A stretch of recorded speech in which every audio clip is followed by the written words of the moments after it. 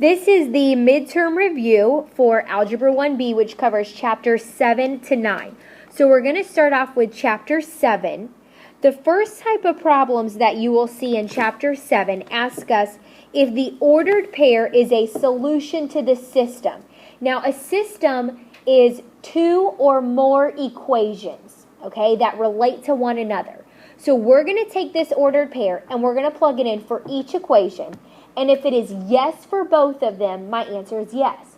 But if it's yes for one and no to the other, my answer is no, because it's not a solution to the system. So let's start off with our first problem. The 4 is my x and the y is my 1, because we know that's how an ordered pair is always written. Negative 4 plus 1 equals negative 3. So I'm just going to simplify the left side to see if it equals the right. Negative 4 plus 3 is negative 3. So negative 3 equals negative 3. We know the first equation is correct.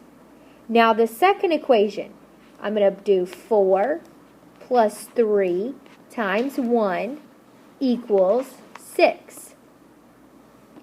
So 4 plus 3 equals 6. 7 equals 6. Well, that is not true. So since one was yes, but the other was no, that means I must box in the word no, because it's not a solution to the system. Okay? So then the next one, this is probably the easiest problem on your whole midterm, because there's no work to be done at all. They've done the work for you. They've graphed the problems, and they just want you to tell where the solution is and what the ordered pair is. Well, I know when I have a system of lines and they have been graphed, where those lines intersect or cross is the solution. So I look for where the lines cross. It's right there. So I'm going to write that ordered pair as my answer. So the x value at which they cross is 6, and the y value is negative 2. So this is my answer. Okay, so then the next few problems that you're going to see, we're using different methods. Now, the first method that we learned was the graphing method. So we have to put the equations in slope-intercept form, graph them, see where they cross, and that's our solution. So that was just like that last problem that we just did, but the work was already done for you. Then we have substitution. Substitution is where I want to get one variable all alone and plug that in, whatever it equals, to the other equation and solve to find the missing variable. Then plug that back in and solve for the other one. Lucky for me, in this equation, what do I already know what one of these variables is equal to? Y is equal to what? Negative 7. So half of my work is done for me.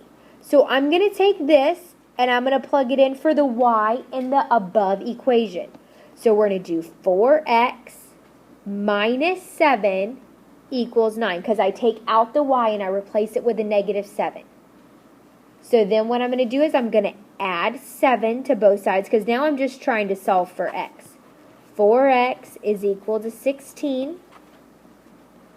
Divide by 4, and x is equal to 4.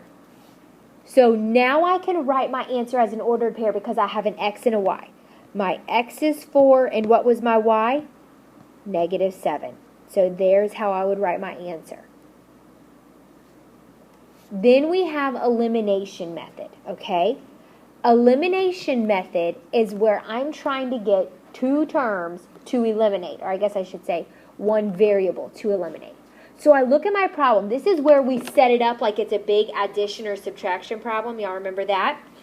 And what I do is I look and I ask myself, are there terms that will already cancel out?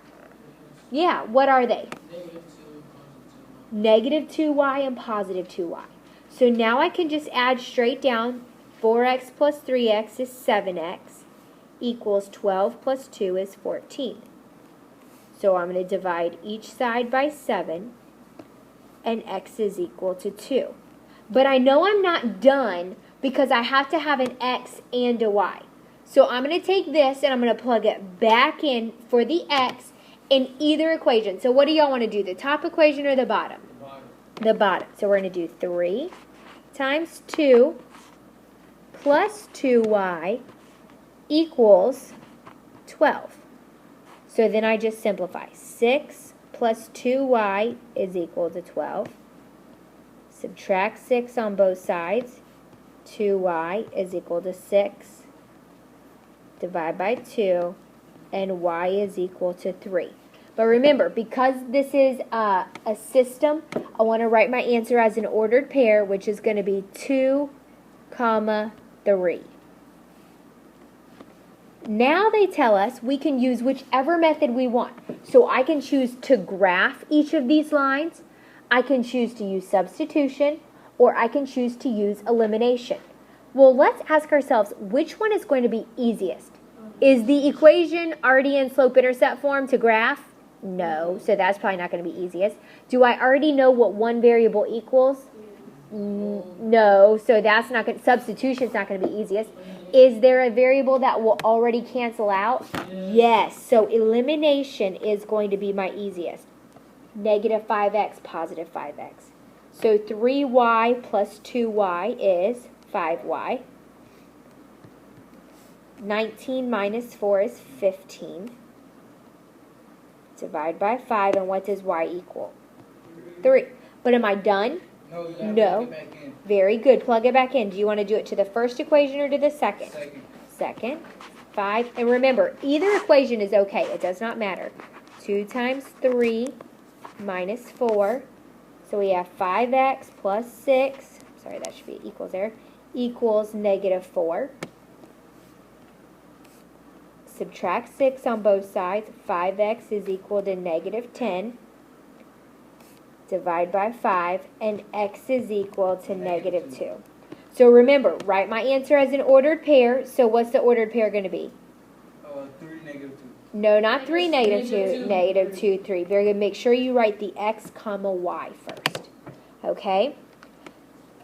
Now, the last problem that we have in Chapter 7 asks, what type of lines are they, and how many solutions will it have?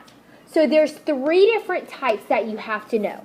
We have intersecting lines. So I'm going to write that down. Intersecting lines.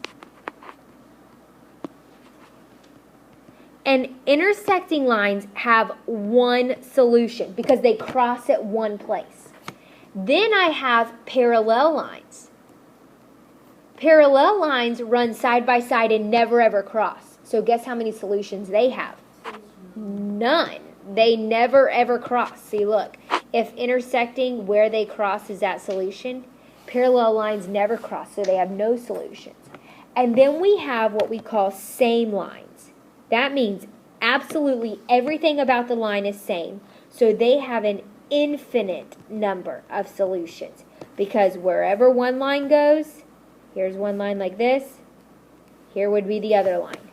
They go directly on top of each other. So wherever one goes, the other goes. So every single thing is a solution. So that's what they're asking us. Now you say, okay, do I really need to graph these in order to find out what type of lines they are and how many solutions? No. All we have to do is put them in slope-intercept form. Then we'll remind ourselves of that shortcut that we know. So if I want to put this first equation in slope-intercept form, what should I do first? Subtract 2x. And I get y is equal to negative 2x plus 5. So I'm going to leave it just like that. Not going to do anything else with it, just going to leave it. Now, the next equation, I'm going to subtract x on both sides. Negative 3y is equal to negative 1x minus 1. Then I need to divide everything by negative 3. Y is equal to 1/3 x plus 1/3. Now here's what you have to know. In order to tell what type of lines they are, all I have to do is look at their equations. Intersecting lines typically have nothing in common. The first line is doing its own thing, the second line is doing its own thing, and eventually they will cross at one spot. Parallel lines have the same slope. So m, the number in front of x, it will always be the same because their rising or their rate that they're going up is the exact same. So that's why they're parallel. They'll never cross. So they have the same slope. Then same lines, guess what they have the same? Everything. If one line is this way, the other line is the exact same. So I look at my equations. Did these equations have anything in common? No. Y equals negative 2x plus 5. Y equals 1/3 x plus 1/3. So that means these lines are intersecting. So my answer would be intersecting with one solution. So this is what you're going to box in. Intersecting with one solution. Okay? So this is chapter 7. Now we're going to move into chapter 8. Chapter 8, we worked with exponents. So it's going to be a lot of work in your calculator. But not only is it going to be work in your calculator, but you are going to have to know the rules. You have to know the rules. Okay? So these are a bunch of problems that are on your review sheet. They might not all necessarily go exactly in order. They're pretty much in order. But this is what you're going to have to do. You're going to have to show me that you know the rules and then simplify to your final answer. So I look at this first problem right here. 5 squared to the 4th power. When I have exponents that look like this, what can I do to the exponents? Multiply them. So I keep my base. 5 times 2 is what? I'm sorry, not 5 times 2. 4 times 2 is 8. And now I can simplify. What is 5 to the 8th power? 390,625. Here's the deal. I need to see both of these answers because I want to know that you know the rule and then you know how to simplify it. That you're not going to tell me 5 to the 8th power is 40.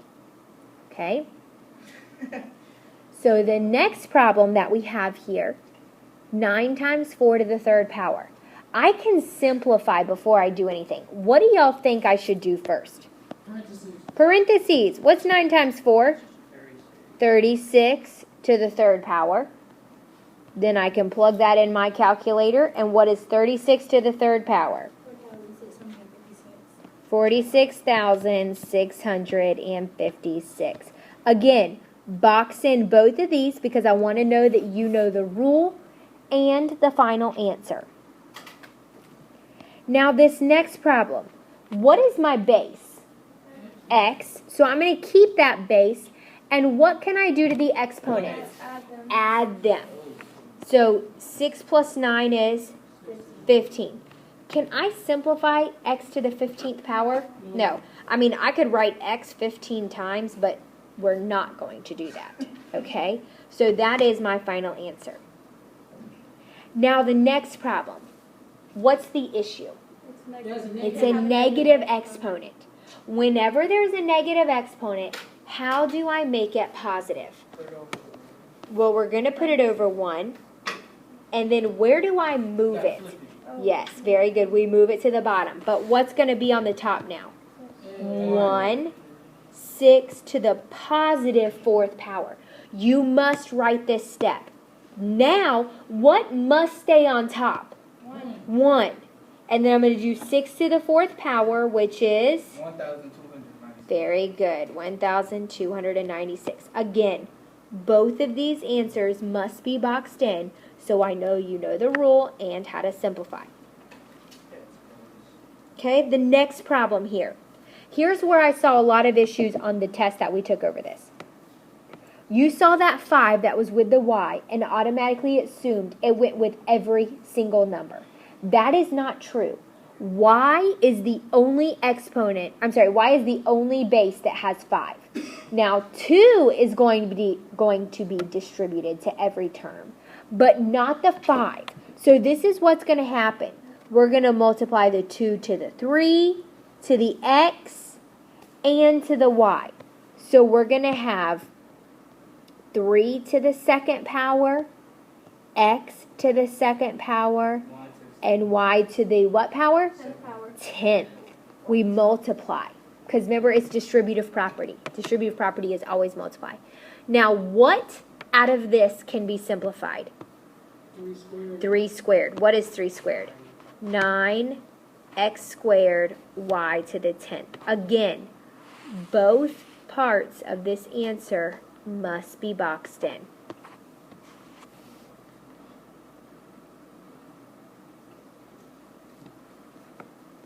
So for the next problem, y to the negative third power. Put it over a 1 and then do what?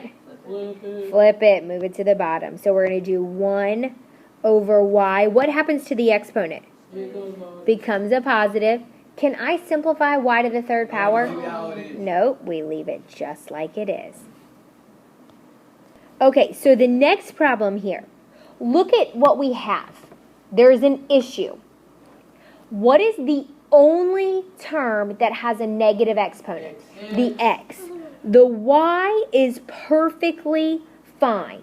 So what I'm going to do is the y stays put. He does not go down to the bottom, because if the y goes down to the bottom, his exponent now becomes a negative, and we don't want that. The x is the only term that's going to go down to the bottom. So my numerator is going to be y to the 7th. My denominator is now x squared. And we leave it just like that, because I can't simplify 7 and 2 because they're different bases. I have a y and an x, okay? So the next problem that I see is 2 to the 5th power over 2 to the 4th power. Yes, what I notice is I have the same bases and they're being divided. So what I can do is I can keep that base and subtract their exponents. What's 5 minus 4? 1. What's 2 to the first power? 2. I need both of these answers boxed in. So anytime we have the same base and it's being divided, I can subtract their exponents. Okay? Next problem. I need to simplify on top before I can ever do subtraction. So I have the same base and it's being multiplied. So Carlos, what do I do to their exponents?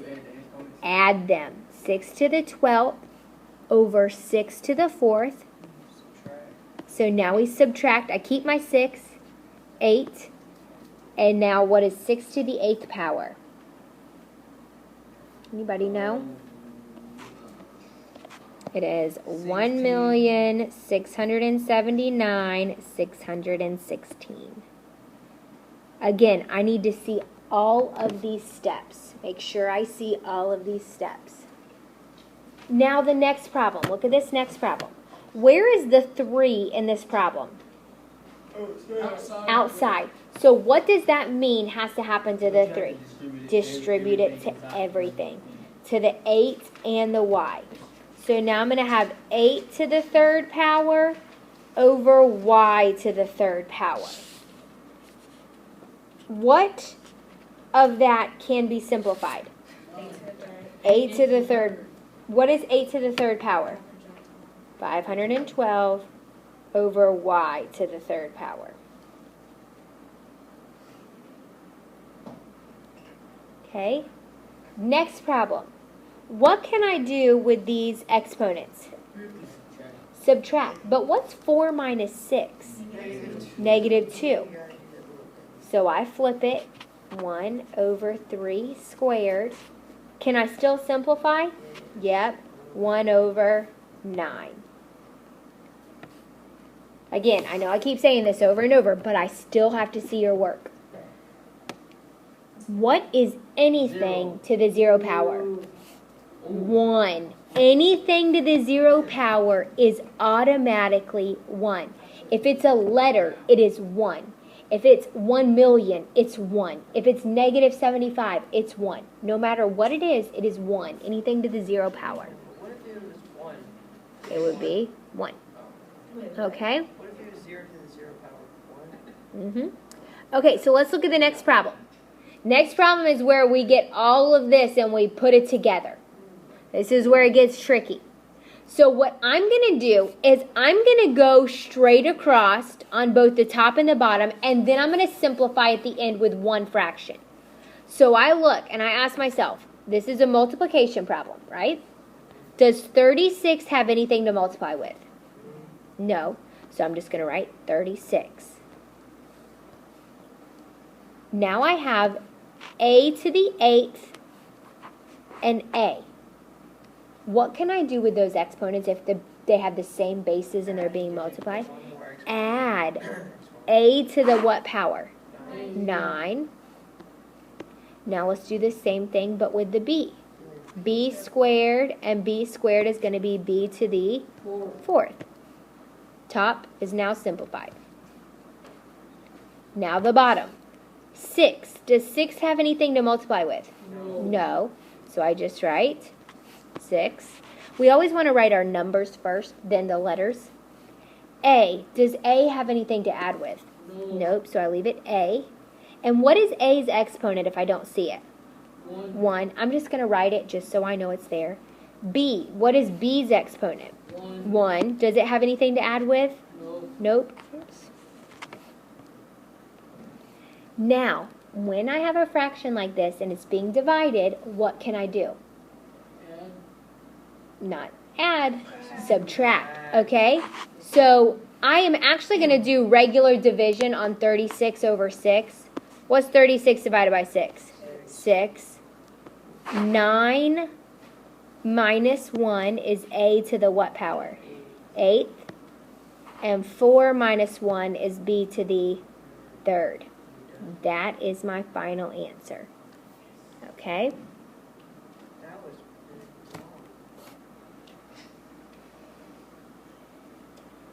Now the last thing that we're going to do in chapter 8 is we are going to do scientific notation. So they want us to rewrite the number as a regular number, and then we're going to rewrite the number in scientific notation. So I look at my first problem here, 1.14 times 10 to the negative 2 power. I find my decimal, because that's important. Which direction am I going to move, and how many places? Left, 2 places.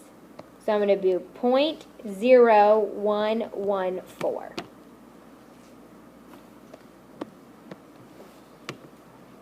Okay, now the next one. How many digits are in front of the decimal? Carlos? 1.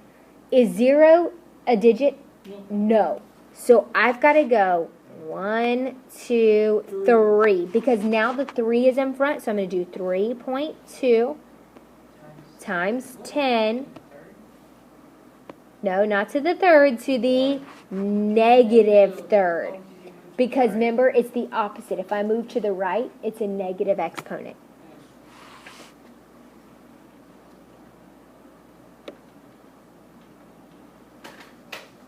So that is chapter 8. That is chapter 8 on your midterm. Now, chapter 9 is what we just got finished doing. It's a lot of quadratic equation. But first of all, we start off with just some nice, easy square roots. What is the square root of 16? 4. What is the negative square root of 36? Negative 6. Okay?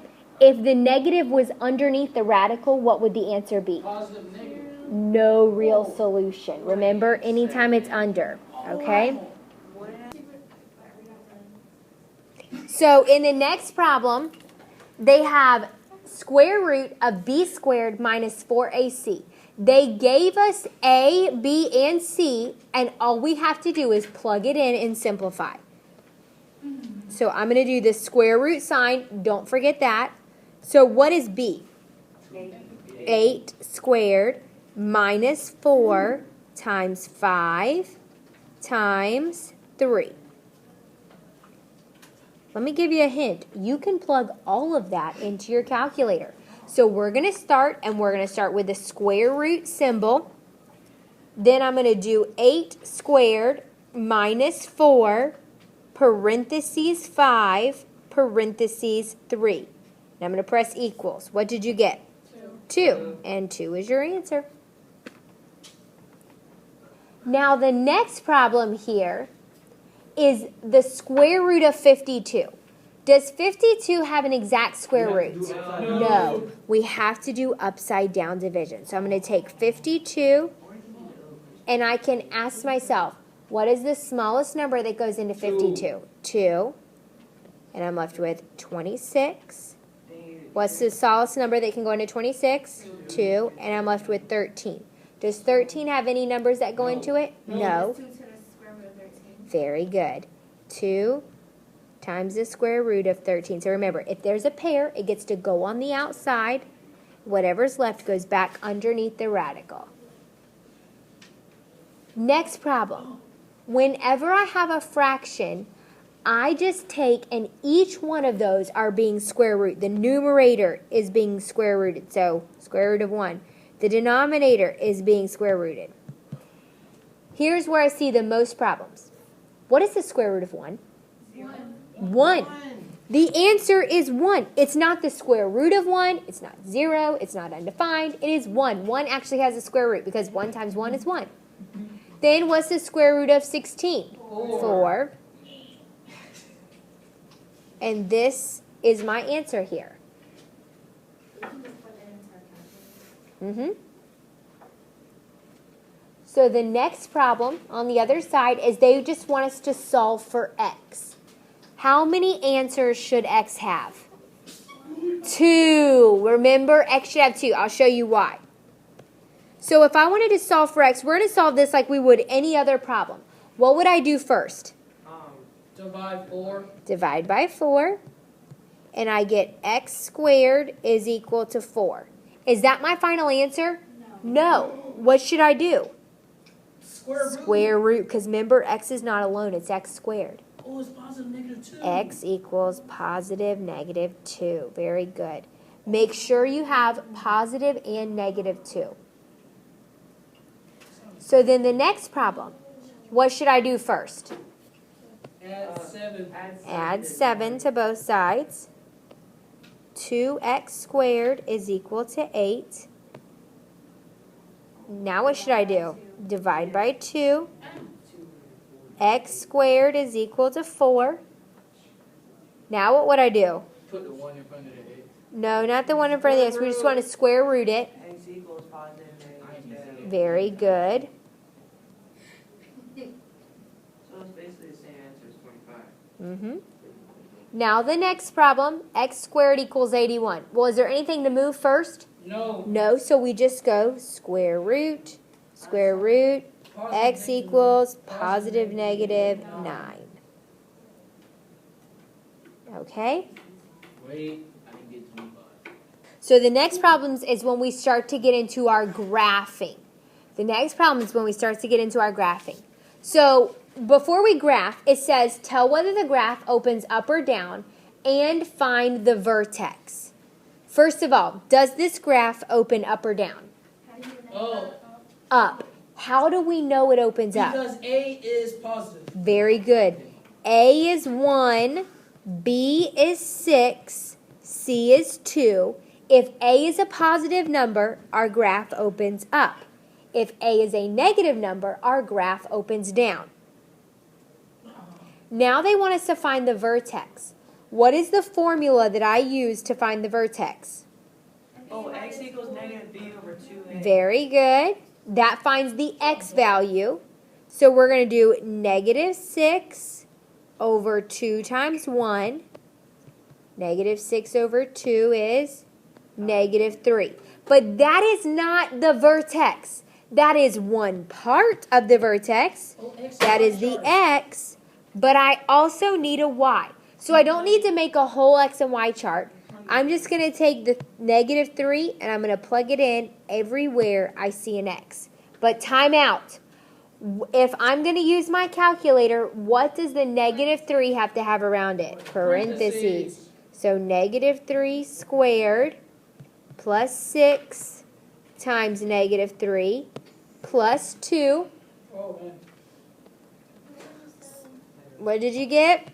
Negative 7. Very good. Negative 7. So then negative 3, negative 7. So up, and I have a vertex of negative 3, negative 7. Oh, we have to graph it? Not graphing yet. Okay? The next one, number 31, that's on your review sheet. What are the roots? Negative Just 3. like the other problem that I said was really easy, this is very easy also. What is the first root? Negative 1. So x equals negative 1 and also equals 3. Okay? The roots are where the graph crosses the x-axis. Why'd you put x equals? Because that's what the roots are. It's where they cross the x-axis, so it's x equals. Now the next problem, they actually want me to graph. So here's where I'm going to get into a little more work. So in order to graph, let's label A, B, and C. What is A in this problem? 1. B equals 0. Very good. There is no B because there's no x. Remember? It's ax squared plus bx plus c. There's no x. And what's c? Negative 1. Do not make the mistake of going, oh, a is 1, b is negative 1, c is 0. It's not what it is. So then I find the vertex, x equals negative b over 2 times 1, which is really just going to be 0. Let me give you a hint. Anytime b is 0, x is always going to be 0. It'll never be anything different. Then I make my x and y chart. Bless you.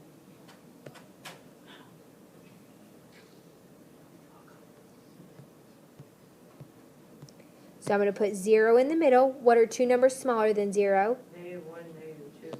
And two numbers larger, 1 and 2. 1, 2. Now is where I can get out my calculator. We change the mode to the table mode. Plug in the equation. So I'm going to do alpha x squared minus 1 equals, skip the g of x. What is my start value? -2. Negative 2.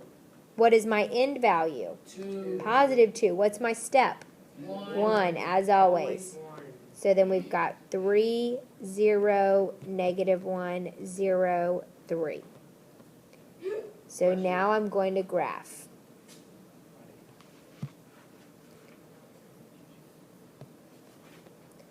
I make my graph here. How often do you see? So I'm going to go to, well, I'll put the numbers first. Is it?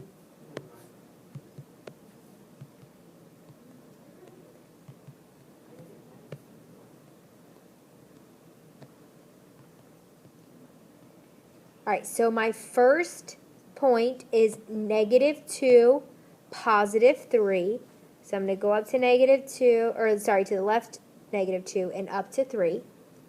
Then I have negative 1, 0. So I put it right here. Then 0, negative 1. Then 1, 0. And 2, positive 3. Now, do I have to worry about dotted or solid lines on this? No, because it's just an equation. Very good. I don't have to worry about that until I get to my greater than or less than signs. So when it's about the greater and less than sign, when it has a line under it, it's dotted. Solid. Or solid. Okay? So now number 33 says, use the quadratic formula to solve the equation.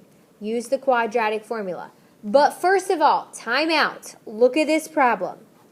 Is this problem in standard form? No. No. So you gotta get. It's technically all of the terms are on the correct side, but they're out of order. Which term should come first? 2x, negative 2x. Negative 2x squared, then plus 1x, then plus 10 equals 0.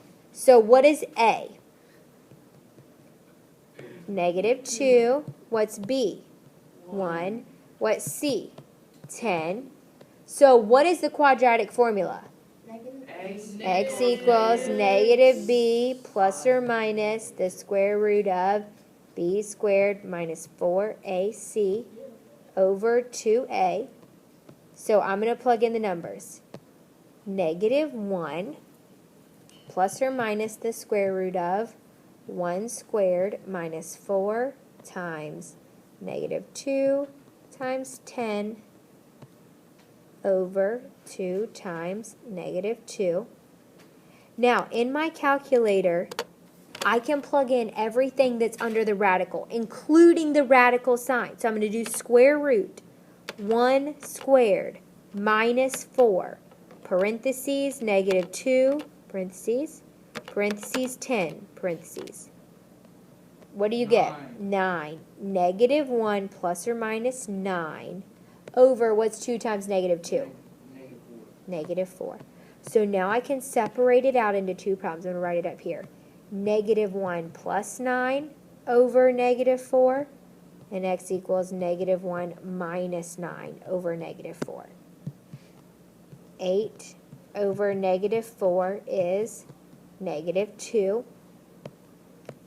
And negative 10 over negative 4 is positive 5 over 2.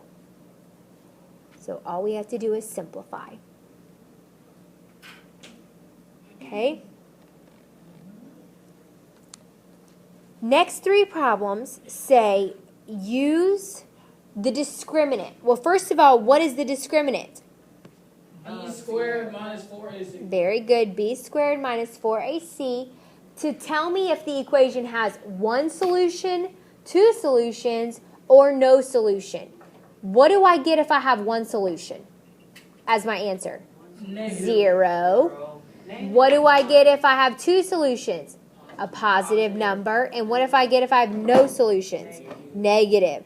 So I'm going to do negative 20 squared minus 4 times 5 times negative 60. Oops. Okay? What you're going to do is you're going to put all of this in your calculator. Parentheses, negative 20 squared minus 4, parentheses 5, parentheses negative 60, and it equals what? I got 802. It should be 1600. That's what I know.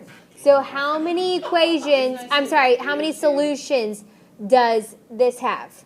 2. Okay? Shh.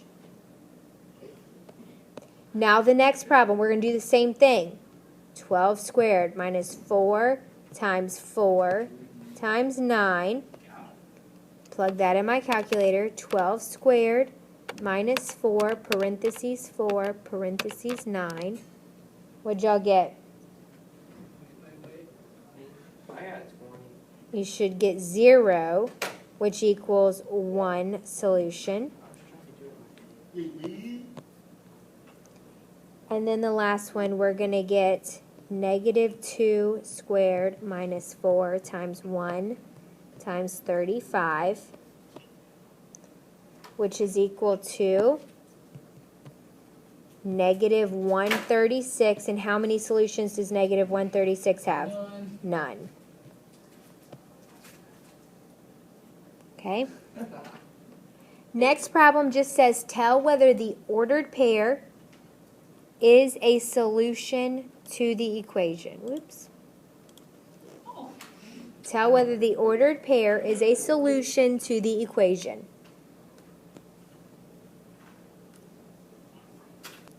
Okay, so I'm going to plug this in. I'm going to plug the negative 1 in for x and the 2 in for y. So I'm going to do 2 is less than negative 1 squared minus 4 times negative 1 plus 3.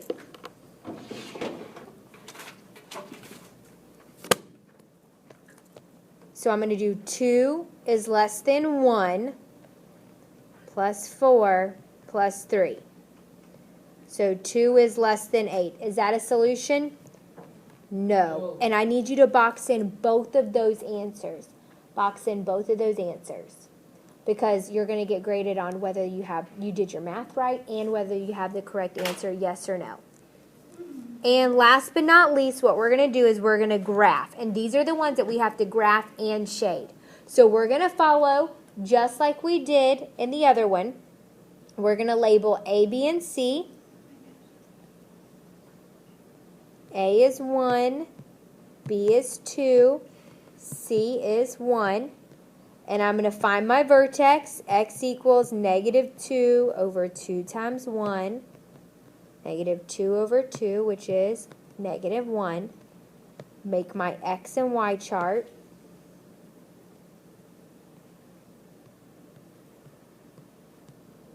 Negative 1 goes in the middle. Negative 2 and negative 3 are smaller.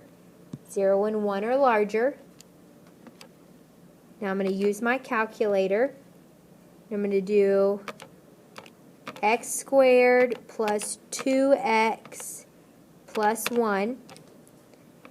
My start is negative 3 and my end is positive 1.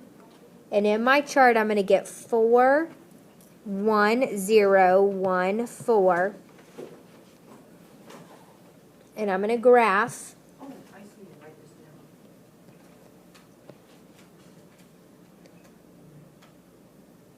down. No.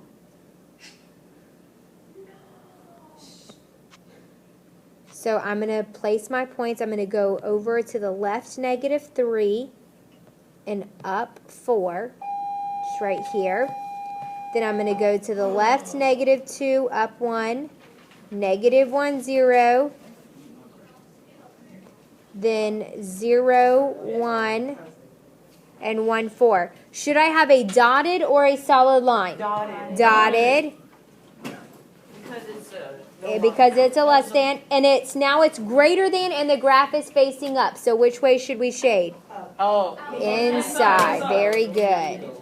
And those are all the questions that are going to be on your midterm.